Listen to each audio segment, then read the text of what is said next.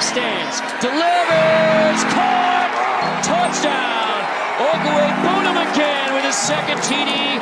Flex those big muscles. Mellow Beats, what you think? What is up, guys? In today's video, we'll be continuing our series talking about the stories of 2020 NFL rookies. Today we will be talking about Missouri star Albert Okwuegbunam and his underdog story.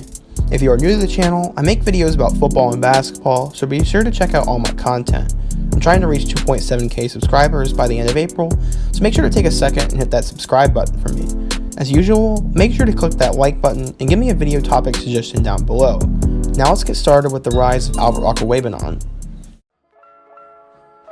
For the purposes of making this video go a little bit smoother, I'm going to refer to him by his nickname of Albert O. If you're curious, his last name is pronounced Okwuegbunam.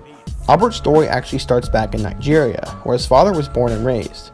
Instead of football, his dad played soccer and was so good that he accepted a spot to play for the University of Illinois at Springfield. Sadly, since he was foreign, he couldn't receive financial aid, so he had to work 3 jobs to pay for school, and thus realized the value of education. When Albert was eventually born, he wanted to play football, but he didn't want his son to play a game that was potentially dangerous. Eventually his dad caved in, and Albert O began to play football when he was in 4th grade. Going into Sacred Heart Griffin High School in Springfield, Illinois, Albert was told to pick 2 sports to play. He usually played 4. Football, of course, was one of them, and from there, the rest is history. He became a highly sought-after player as he gained offers from schools such as Iowa, Michigan State, Missouri, Nebraska, West Virginia, and Indiana. He ultimately chose to sign with Missouri because of their coaches, family atmosphere, and academic prestige. According to 24/7 Sports, Albert O was a 3-star recruit, the number 30 tight end, and number 614 overall player in the class of 2016. When Albert O arrived in Columbia, the Tigers were in their first year under head coach Barry Odom. The staff ultimately decided it was best for Albert to redshirt so he could learn the tight end playbook. As a redshirt freshman, Albert was listed second on the team's Week 1 depth chart, but he soon surprised the college football world. Missouri was expected to be better than their 4-8 record from the year prior, and they had the talent to do so.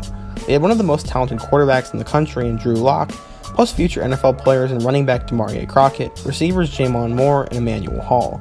Despite the talent, Missouri started out the season 1-5 and were desperate for something to change.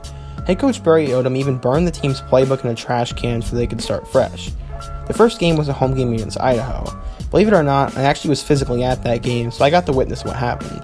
Missouri absolutely demolished the Vandals, but more importantly, Albert O broke out.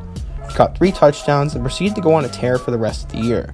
Missouri ended up catching fire as well as they finished the regular season on a 7-game winning streak where they would lose to Texas in the Texas Bowl and finish with a 7-6 record.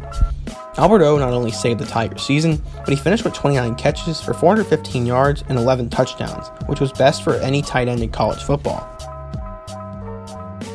As a sophomore, Albert O returned his gunslinger quarterback and senior Drew Lock and wide receiver counterpart Emmanuel Hall, as the Tigers were expected to have a breakout year in their 3rd year under Odom.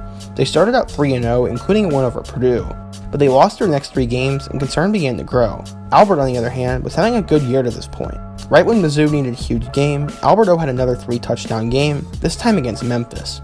They ended up losing to Kentucky, but won their last 4 games, including a win at number 11 Florida to finish the regular season 8-4.